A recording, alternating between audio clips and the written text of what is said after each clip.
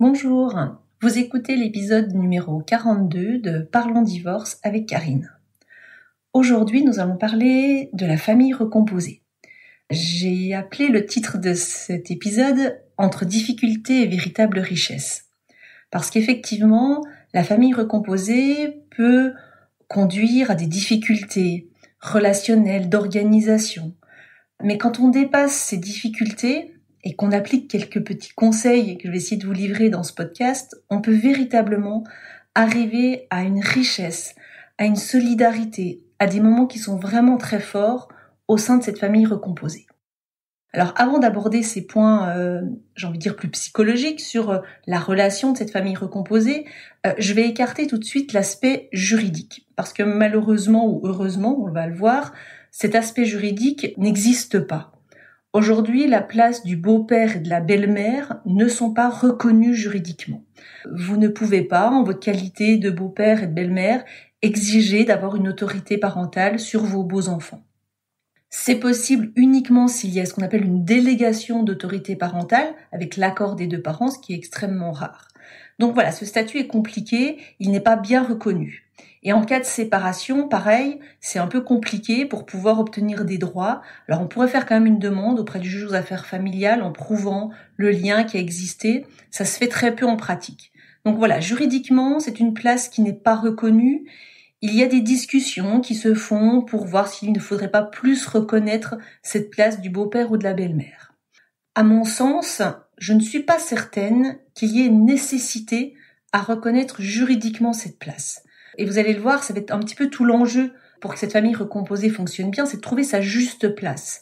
Et est-ce que cette place doit avoir une existence juridique ? Je suis peut-être un petit peu réservée sur cette question-là, mais je suis prête à changer d'avis si on m'en fait la démonstration. Mais toujours est-il que pour l'instant, il n'y a pas de véritable reconnaissance et d'existence juridique pour le beau-père et la belle-mère.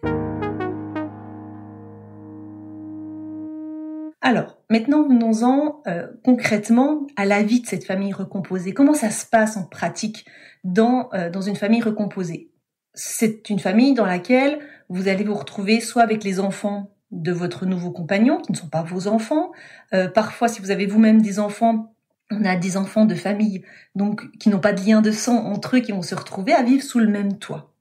Donc souvent, avec des éducations peut-être différentes, avec des modes de fonctionnement différents, et tout le monde va se retrouver sous le même toit. Donc on peut imaginer les difficultés que ça représente. D'ailleurs, rien que les termes, je les trouve toujours un petit peu particuliers. On parle de belle-mère, de beau-père, c'est pas des termes toujours très jolis. Et même si on remonte un petit peu et si on regarde dans l'histoire, la belle-mère, elle est souvent associée à la marâtre. Donc un rôle pas très sympathique, et on le voit dans les contes et autres. Donc on est dans un statut, dans un fonctionnement familial qui ne va pas de soi. Donc il y a beaucoup de questions, il y a beaucoup de pression autour de cette place, de réussir à trouver la bonne place, de réussir à faire que cette organisation puisse fonctionner.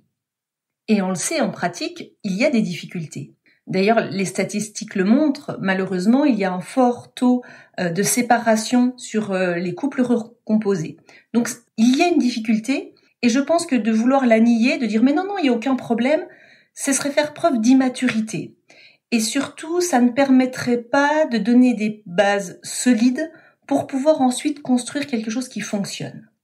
Donc je crois qu'il faut accepter tout d'abord de se dire « oui, c'est pas facile ». Ça va pas forcément être simple de faire vivre ensemble des personnes qui n'ont jamais vécu ensemble avant, qui ont eu des modes éducatifs sûrement différents, et de mettre ensemble ces personnes avec une histoire différente, ça sera peut-être source de difficultés. Et c'est normal que ça le soit. Vraiment, de nier cette difficulté, ce serait faire preuve d'immaturité. Et ça ne permettra pas ensuite de savoir comment réagir face aux difficultés. Par contre, quand on réussit à surmonter ces difficultés, comme je vous l'ai dit, c'est vraiment une richesse incroyable. Et ça vaut le coup de les surmonter. Alors, comment est-ce qu'on peut faire ? Quels sont quelque part, j'ai envie de vous donner quelques outils qui permettent de surmonter les difficultés. Le premier point, et ça me semble peut-être un des points essentiels, c'est un point à se rappeler régulièrement, ce n'est jamais la faute de l'enfant. Alors je le répète, ce n'est jamais la faute de l'enfant. Alors je m'explique.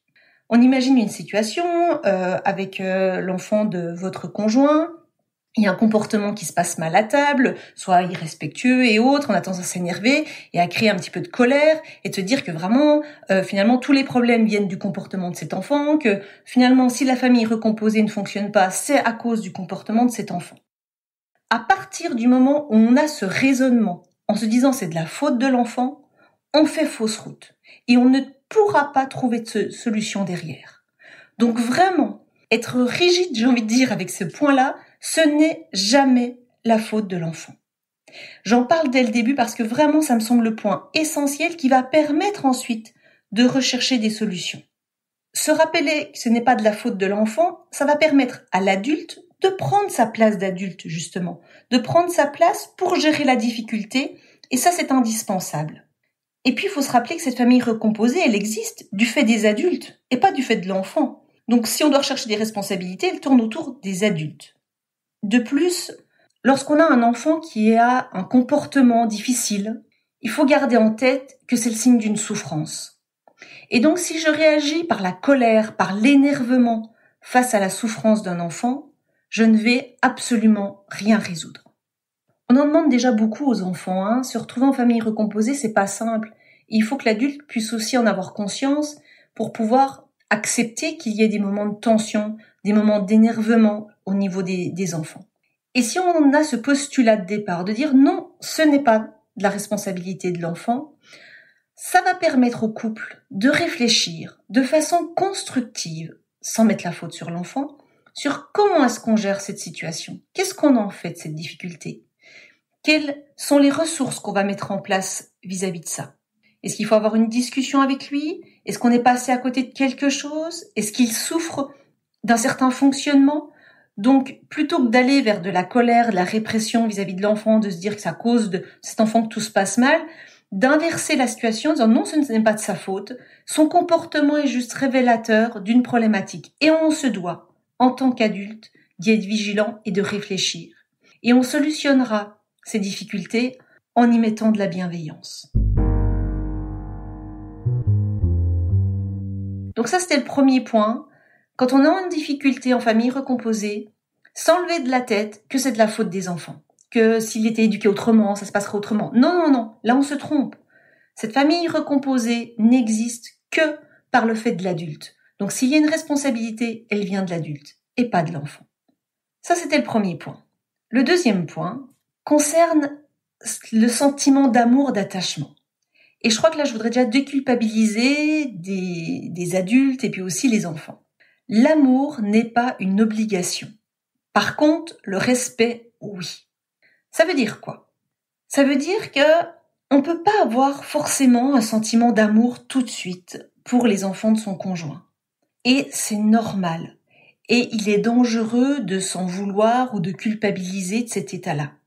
C'est parfaitement normal de ne pas avoir le lien d'attachement immédiat, que ce soit de l'adulte pour l'enfant ou également inversement de l'enfant pour l'adulte. Par contre, il y a une règle qui est indispensable, c'est le respect, dans les deux sens. Et c'est un point qu'on peut poser dès le départ, une valeur qu'on doit poser au sein de la famille recomposée, en disant, voilà, on n'est pas obligé de s'aimer, parce que l'amour, ça se commande pas comme ça. Par contre, on se doit de se respecter. Et je trouve que quand on enlève cette pression, cette obligation que les beaux-parents se mettent en disant mais il faut que je les aime et puis en fait finalement je suis pas complètement attachée aux enfants, ça crée à l'intérieur une difficulté, une souffrance qui va quelque part plutôt générer des problèmes plutôt que d'en solutionner.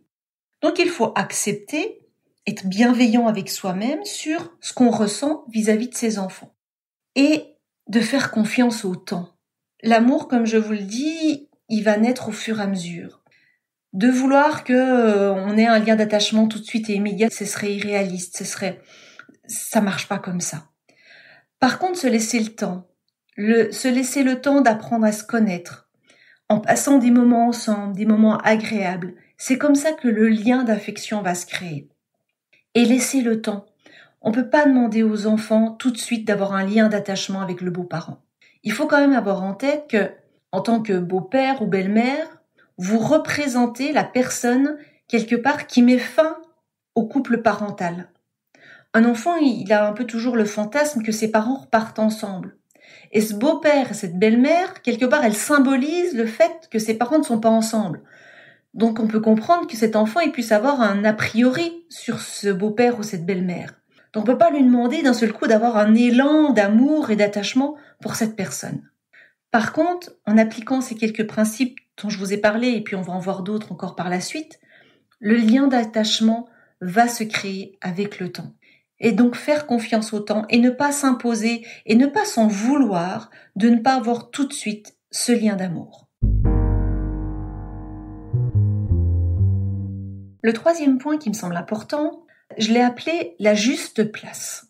Ça me semble un point important parce que c'est une difficulté pour le beau-père, la belle-mère, de trouver la juste place. Et je crois que c'est une place qu'il faut inventer. Ce n'est pas une place de parents, ce n'est pas une place d'amis ou de copains, c'est une place qu'il va falloir inventer. Quelle relation je veux avec cet enfant ?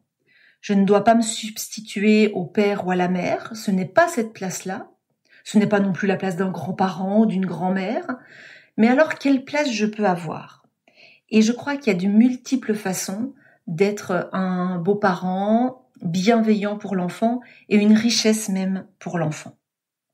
Pour vous aider à trouver cette juste place, j'aime bien, moi, me poser cette question et de me dire, mais quelle personne j'ai envie d'être pour ces beaux enfants ?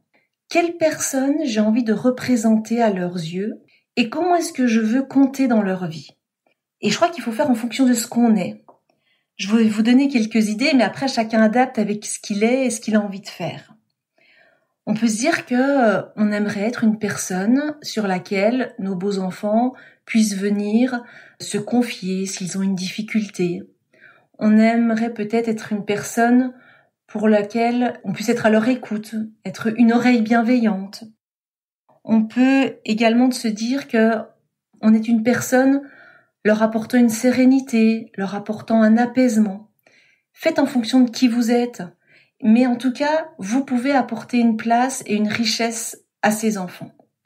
Pour vous aider aussi, essayez de vous souvenir, lorsque vous étiez enfant, je suis sûre que vous avez en tête des personnes qui ont compté, qui n'étaient pas votre père ou votre mère, mais des personnes qui ont compté dans votre vie parce qu'elles vous ont apporté, parce qu'elles ont représenté.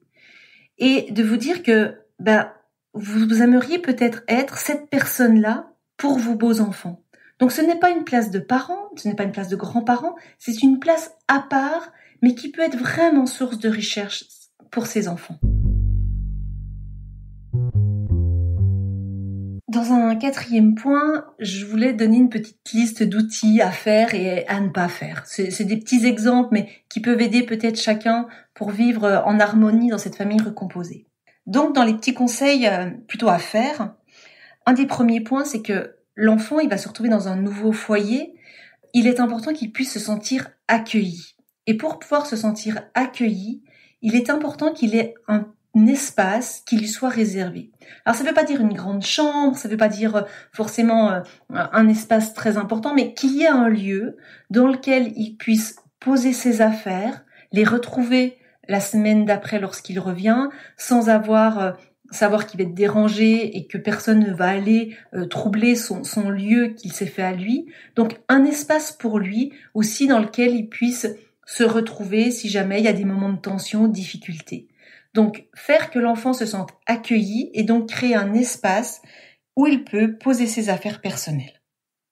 Un autre conseil, il faut aussi dans ces moments de ce que j'appelle en tribu, quand on est tous ensemble avec les enfants de conjoints, c'est par moments aussi s'accorder des moments en plus petits groupes.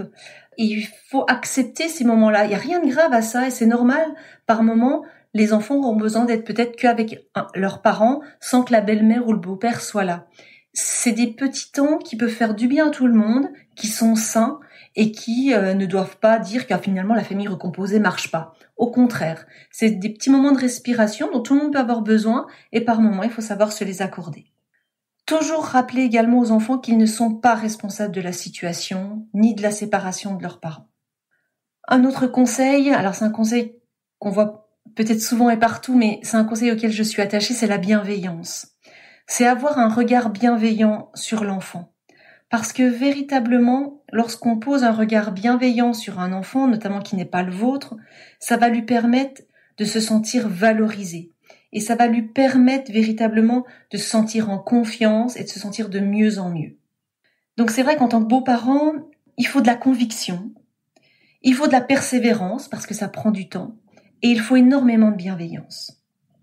Et ça permettra de gagner la confiance des enfants. Un autre point, je crois qu'il faut aussi savoir accepter les moments difficiles. Il y a quelque chose d'assez incroyable dans une famille dite normale, il y a des moments difficiles. Et quand ça arrive dans une famille recomposée, d'un seul coup, on en vient à remettre plein de choses en question. Alors que c'est normal. Il peut y avoir des moments de tension dans une famille recomposée, puisqu'il y en a dans une famille normale. C'est simplement comment est-ce que je gère ce moment de difficulté, comment je gère cette tension lorsqu'elle apparaît. Et enfin, un autre conseil qui me semble vraiment important, lorsqu'il y a une difficulté qui naît au sujet d'un enfant, il y a quelque chose qui va être capital. C'est de toujours faire bloc avec son conjoint. Ça veut dire quoi ? C'est-à-dire que lorsque le problème va venir des enfants d'un des deux, on peut facilement imaginer que d'un seul coup, ça crée une dispute dans le couple pour dire « mais tu vois bien ton enfant, comment est-ce qu'il réagit, etc. » Ce comportement-là va véritablement venir fragiliser la famille recomposée. Donc l'adulte, dans ce moment-là, doit faire bloc avec le conjoint, d'avoir des discussions à part, ensemble, et toujours se dire comment est-ce qu'on gère ensemble cette difficulté sans venir accuser l'un ou l'autre, parce que ça ne permettra pas d'avancer. Il faut avoir conscience que la famille recomposée, elle existe du fait de ce couple-là. Donc si ce couple vient à s'éloigner du fait de conflits qui naît à cause de la famille recomposée, on imagine sa fragilité dans le temps. Et par rapport aux enfants qui ont déjà vécu une séparation, ils ont besoin de voir une solidité. Ils ont besoin de voir que, malgré le fait peut-être qu'à un moment donné, ils aient un comportement qui soit pas bon, le couple reste solide et il reste uni dans les décisions à prendre, dans la façon de gérer la crise. Et ça me semble vraiment un point important. Garder en tête, faire bloc face aux difficultés, que le couple fasse bloc pour trouver ensemble des solutions aux difficultés. Dans les comportements à éviter, pour moi, le principal comportement à éviter, c'est de venir critiquer l'autre parent. Si vous venez à porter un jugement sur le père ou la mère de vos beaux-enfants, d'un seul coup, vous allez mettre les enfants dans une situation terrible de doute et de culpabilité qui va véritablement les mettre en souffrance. Donc vous n'avez à aucun moment à porter de jugement sur le comportement de l'autre parent. Ça pourrait véritablement mettre vos beaux-enfants dans une difficulté et de les mettre dans une souffrance qui ne leur permettra pas de se sentir bien au sein de la famille recomposée. Donc vraiment le comportement à éviter, c'est tous les jugements, les critiques négatives qui pourraient être faites sur l'autre parent. Donc voilà, on a abordé différents points qui permettent, je l'espère en tout cas, de vous aider à avoir une famille recomposée, harmonieuse. Parce que vraiment, j'insiste, et c'est dans le titre de cet épisode, oui, il y a des difficultés. Ce serait irréaliste de vouloir les nier. Mais quand on arrive à les surmonter, je vous promets qu'il y a une richesse absolument incroyable dans une famille recomposée. Parce que finalement, on multiplie les relations, on multiplie les interactions, chacun apporte quelque chose, on s'enrichit au contact des autres, on s'enrichit au contact d'enfants qui ne sont pas les vôtres, qui vont vous apporter certaines choses. Les beaux-parents peuvent aussi être source de richesse pour ces enfants en apportant quelque chose que ses parents n'apporteront pas, de différent, sans prendre la place. Vraiment, j'insiste. Le piège, c'est de vouloir prendre la place de l'autre parent, et là, on met vraiment à mal la famille recomposée. Mais en tout cas, c'est vraiment une source de richesse qui est vraiment intéressante.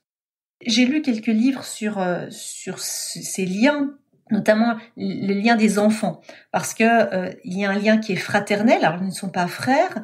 Alors, parfois, on parle de demi-frères et autres. Eux ont du mal avec ces termes-là d'ailleurs. Les enfants, on voit bien, ils n'ont pas envie de dire demi-frère ou alors... d'ailleurs, il leur manque un terme souvent. Moi, j'ai déjà entendu les enfants dire, mais Ils sont quoi exactement pour moi? J'ai le droit de dire qu'ils sont frères ou que c'est mes frères ou pas? Ils aimeraient pouvoir s'appeler parfois de cette façon-là, et puis ils se disent bien oui, mais on n'a pas le droit complètement. J'avais lu dans un petit livre une jolie expression qui disait on est des frères sauf qu'on n'a pas les reins compatibles.